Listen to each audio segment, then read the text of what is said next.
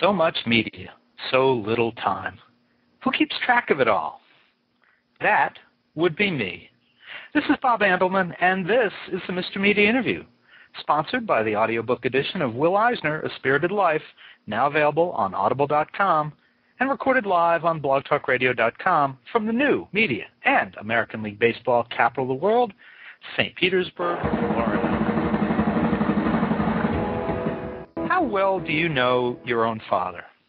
If your stepmother died under suspicious circumstances and everyone around you harbored the belief that your father murdered her, could you stand by him no matter what?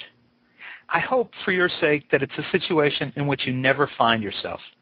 But it happened to Angela Dove on March 25, 1988, when she was a high school student in California. Her life was never the same.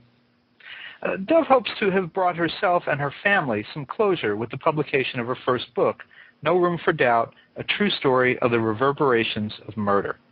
It's the story of Debi Whitlock's brutal and mysterious death in her own home while her 3-year-old daughter slept nearby, and the impact the long unsolved crime had on Dove's father.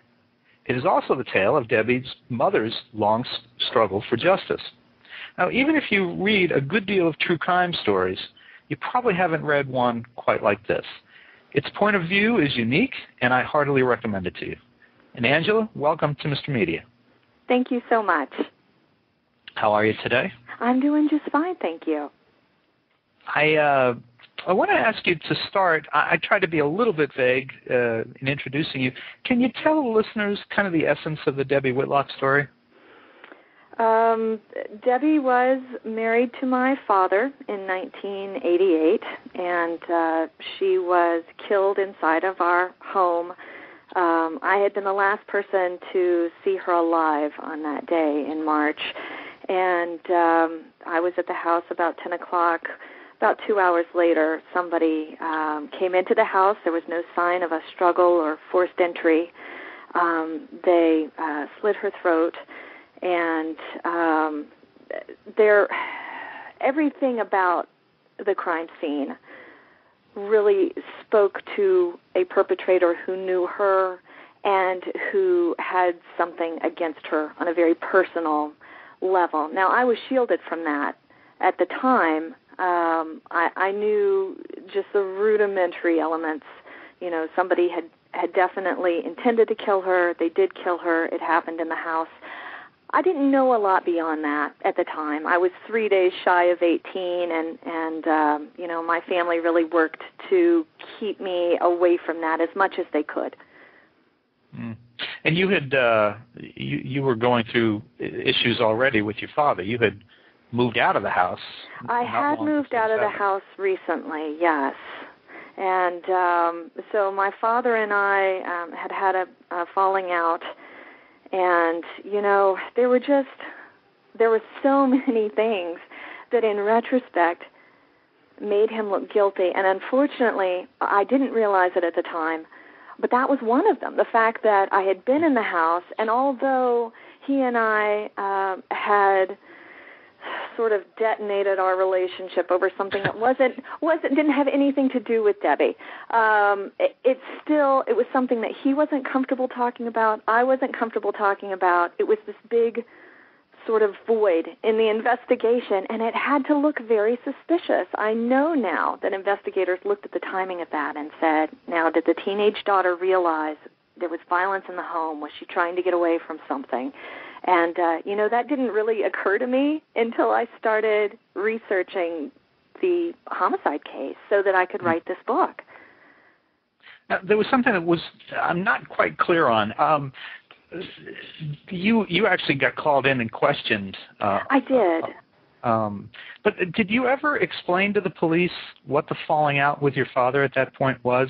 It took you a while to get around to it in the book, and I wasn't really clear that you ever told the police. You know, I don't think I ever told the police, and that was not something that I was asked point blank. They, in dealing with me, the Modesto, California Police Department tried to just kind of I'm not sure the best way to say this. They did really good work on this case, but when you're dealing with a teenager who's in the midst of grief, you want to tread lightly.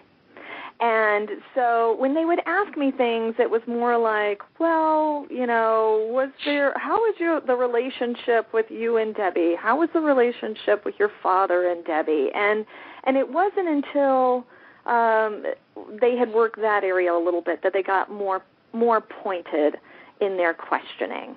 And then it was things like, did you ever see your father hurt Debbie? And I was able to answer truthfully no, but and it surprised me that they would ask me that. I guess just in part because of my naivete at that age. Of course they would look to a husband once they had uncovered marital problems in particular. Mm.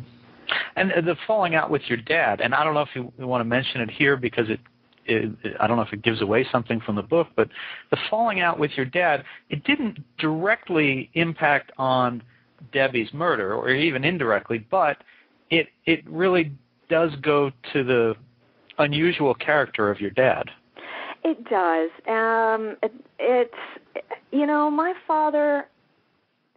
My father had an ability to be loved by a variety of people who saw such great potential in him.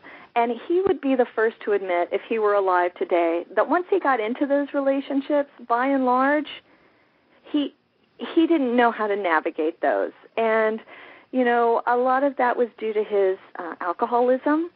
But I saw that repeatedly in his marriages, in his relationship with me, even his male friends. I mean, this wasn't necessarily a female thing. This was just a man who had a lot of difficulty in interpersonal relationships that were close, that he wanted to be close with, but just sort of got in his own way. And, I think a lot of people do that, but it's not until you're under the lens of a homicide investigation that starts to look really suspicious. Right. Yeah, I mean, he was kind of a man of mystery, but not the secret agent kind. Exactly. Yeah. He was quirky. That was what one of the lead investigators told me. He was quirky with a talent for making himself look guilty. And as a daughter, I wanted so much. Once I kind of stumbled into the fact that the police department had motive on him, had opportunity on him, that all of these things made him look so guilty. I really, as a daughter, wanted to be able to say, how dare you? And I couldn't. I mean, as a daughter, I was put in a very uncomfortable position of going, you know what? If I hadn't had a relationship with him, I would have lost a lot of money on that bet because he looked like the guy. Yeah. Well, and I mean, throughout the book, there are periods when you're finding things out about your father after the fact that are just like, any one of these things would have, I think, affected a long-term relationship, whether it was finding out that he had married Debbie, and he would, right. The way you found that out, right?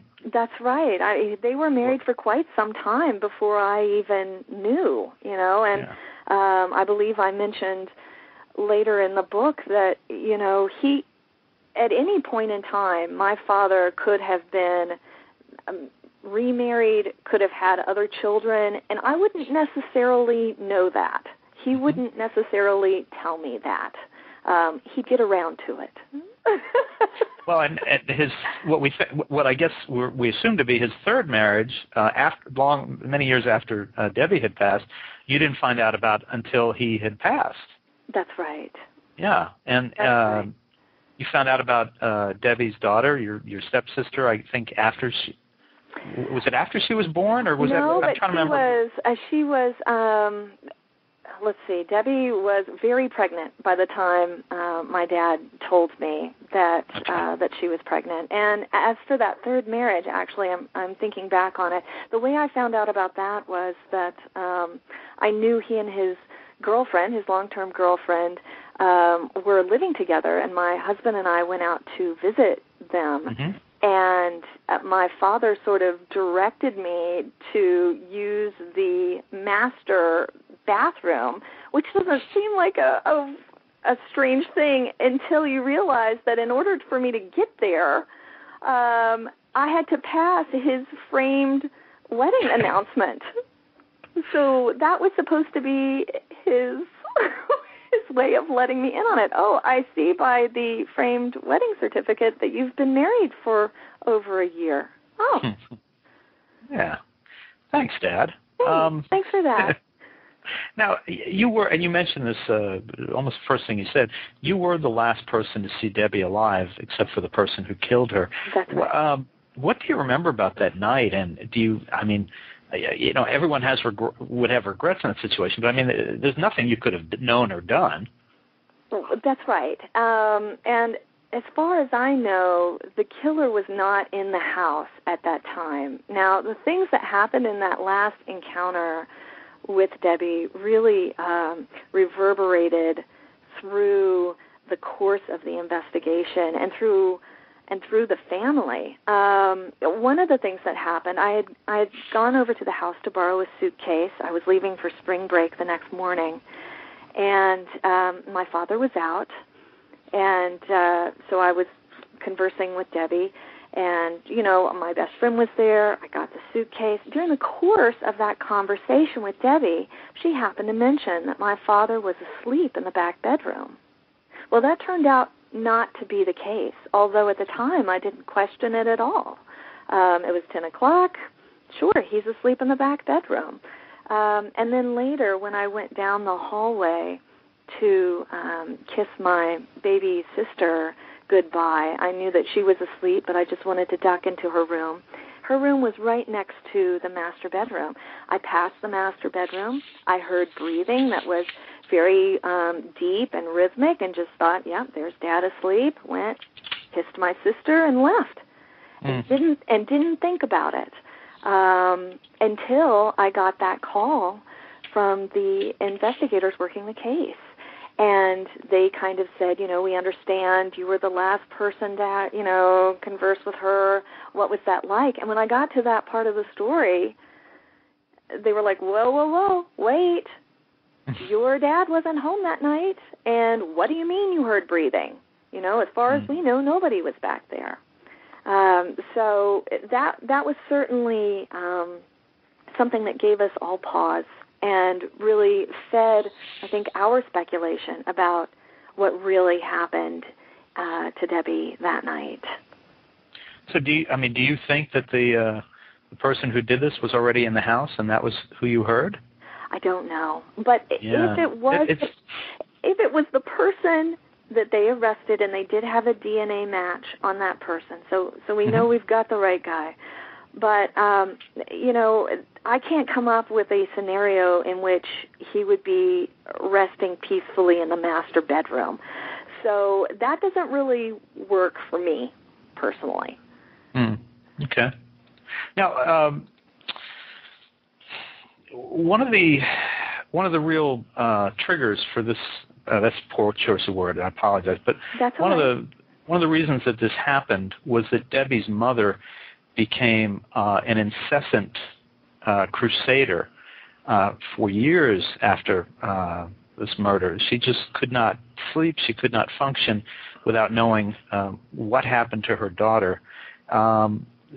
Tell us a little bit about Jackie Mcdonald and how ultimately you wound up writing this book, I suspect, in part due to her. I wound up writing this book solely because of Jackie Mcdonald.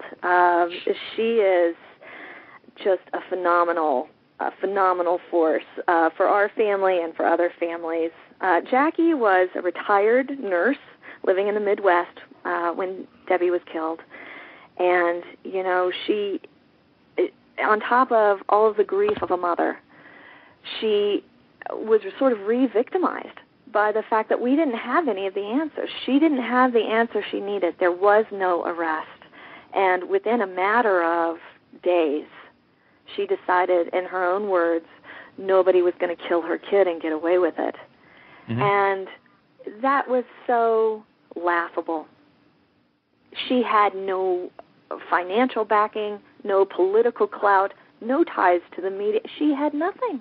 She had nothing except this overwhelming drive to find justice for her daughter. And it took her 9 years, and she did it. And that, to me, is a story that's worth telling. And, along the way, Jackie started a radio and television show that was, just very small, but she really wanted to try to teach other families what she was doing to bring relentless media attention to the case, which is very difficult. The American public, unfortunately, has a short attention span for tragedy because we have so much of it. And so, she had started that radio and television show. It's called The Victim's Voice. I think she's in her 13th year of it, and it's broadcast throughout California's Central Valley, just to millions of homes. So I really wanted to honor what this mother had done for her daughter. And, at the time, what I didn't realize was that she had also cleared my father's name. And I didn't know that until I was well into the book. Really? Yeah. It's interesting. And you all along the way there, you give her such... you never get the sense that she believed that her son-in-law did this, that she either could not or would not believe it. And, you have to kind of suspend disbelief as a reader that, that somehow you don't believe that he did it, and how on earth did she not believe that he did it all that time? It'd be very easy to say, okay, you know what, even if the police can't prove it, I believe that her husband did it, and that's it, and move on. But she never did that. No, she did. Well, actually, she did question him around the time of Debi's funeral. She had one conversation with him and essentially asked him, did you kill her? And the way she recounts this, he said, I swear to you I didn't. She looked in his eyes. She decided he didn't, and she never asked him again. But she was ridiculed for that. She was definitely called naive by those who were closer to the case, some of the people in Debi's family even. And again, that's not something that I can blame them for now, knowing what I know. But also keep in mind that while a homicide investigation is going on, detectives almost never are completely forthcoming with what they've got. They can't be. And so, if she had seen everything unfold as the detectives saw it, as other family members saw it, and as the reader sees it in the book, then I don't know if she would have been so quick to say, all right, you didn't do it. But thank God that she did, because she ended up to be one of very few people who knew that there was reason to suspect him and just stuck by him the entire time. How did what did you think when Jackie wanted you to do the book? I'm correct me if I'm wrong. I don't think you had written a book before. I had not written a book. I'm a columnist and former journalist, and I knew I was ready to take on a book. It was something that it was just time. And I was keeping my eyes open for a topic. It would have never occurred to me to write about this, especially when you consider that my most recent gig had been as a humor columnist in North Carolina. So, lots of people talk about losing money on a bet. Lots of people who heard I was writing a book probably did not realize. But I can't blame them. I didn't know what I was getting myself into. Jackie contacted me. She asked me to write her story as a way to provide sort of a template for what she had done to help solve Debi's case and the things that she's learned along the way working with advocates and law enforcement. So I really thought I was writing something that was not necessarily a book, but more like a manual of, so you have an unsolved homicide in your family, now what do you do? And in order to do that justice, I had to look at the investigation and how Jackie had supplemented it. And that's when things really started to change for this book. Now, how would the writing instructor in you, encountering this manuscript independently, feel about the kind of the split voice? Sometimes it's third person, sometimes it's first person, and in the third person, you refer to your dad in the third person. I don't know. How would a writing instructor take that on first blush? I think it's the only way it would work, and I think it does work to convey the idea that nobody involved in that case really knew Harold Whitlock. What we all had were our perceptions of him and our versions of him. And so it became very important to me to express that as much as I could through that point of view. So when he's dealing with my family, he's called Rocky, which was his childhood nickname and what he went by when he and my mother fell in love in high school. When we see him through his close friendships, he's called Howie because that's what his friends called him out there in California, around the time of Debi's death, and then later he became Harold.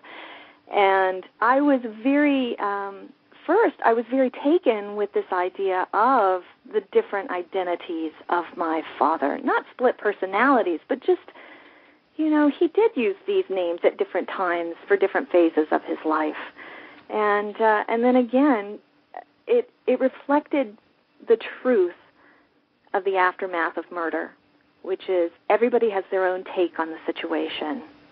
And there seemed to be no easier, more decisive way to show that than to use that shifting change of voice and perspective.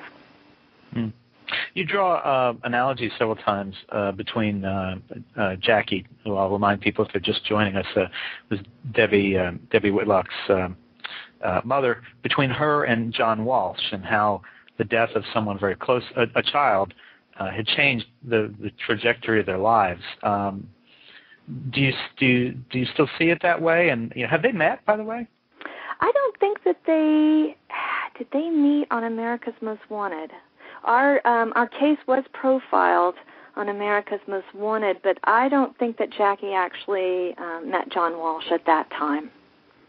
And I do, in answer to your question, I do see that parallel, not just between Jackie and John Walsh, but so many of the victims' advocates that I've met on this very strange and intriguing journey. Jackie received the National Crime Victim Service Award in Washington, D.C. in 2007, and I was lucky enough to be able to go with her to that event. And I met so many people who had faced the absolute worst that life could throw at them and had somehow found the resolve to, get back up off the floor and go out and start helping other people and trying to protect other people's daughters and other people's sons and loved ones. And so I see that as sort of a commonality between a lot of different advocates. Now, bring us a little bit up to date on some of the cast that we learn about in the book. Starting with your stepsister, if you would. She is now older than you were when this happened. That's right. She's in her mid-20s now. She's in her mid-20s, and she is. I've taken pains in the book to sort of give her privacy at this point in her life, but she's happily married. She's a mother, and she is an exceptionally compassionate person, and I'm just so proud of the person that she has become, to have lost her mother so young, and then our father died when she was 17, which is the same age I was when we lost Debi. Right. So for her to have faced that and to still be the positive, loving person that she is, I'm a little bit in awe of her. And she wound up calling Heather, who was your dad's third wife, Mom. Is Heather still involved in her life, or after your dad died, did that change? No, not at all. Heather is still very much Jesse's mom. Their mother-daughter love could not be more real if Heather had given birth to her. And I am so thankful for that relationship, that constant love that she's received from Heather. And Jackie's also very pleased with that. I think in a way it would be easy for Jackie to have said, you were, first off, my father was with Heather on the night that Debi was killed. Yeah. And we'll never know if he had been home, if they would have both ended up dying, or if they, if my father would have staved off the attack, or, we'll never know how that would have played out, and it would be fruitless to even think about it. But Jackie is just as happy as I am that Jessie has been able to have a mother figure in her life, somebody who really cares for her in a very selfless way. Mm. And what has getting this book, doing the research, learning all the things that you learned about your dad in doing this, what has it done for you? Has it confirmed who you thought you were and who you thought your family was, or has it opened your eyes? Where are you after all this?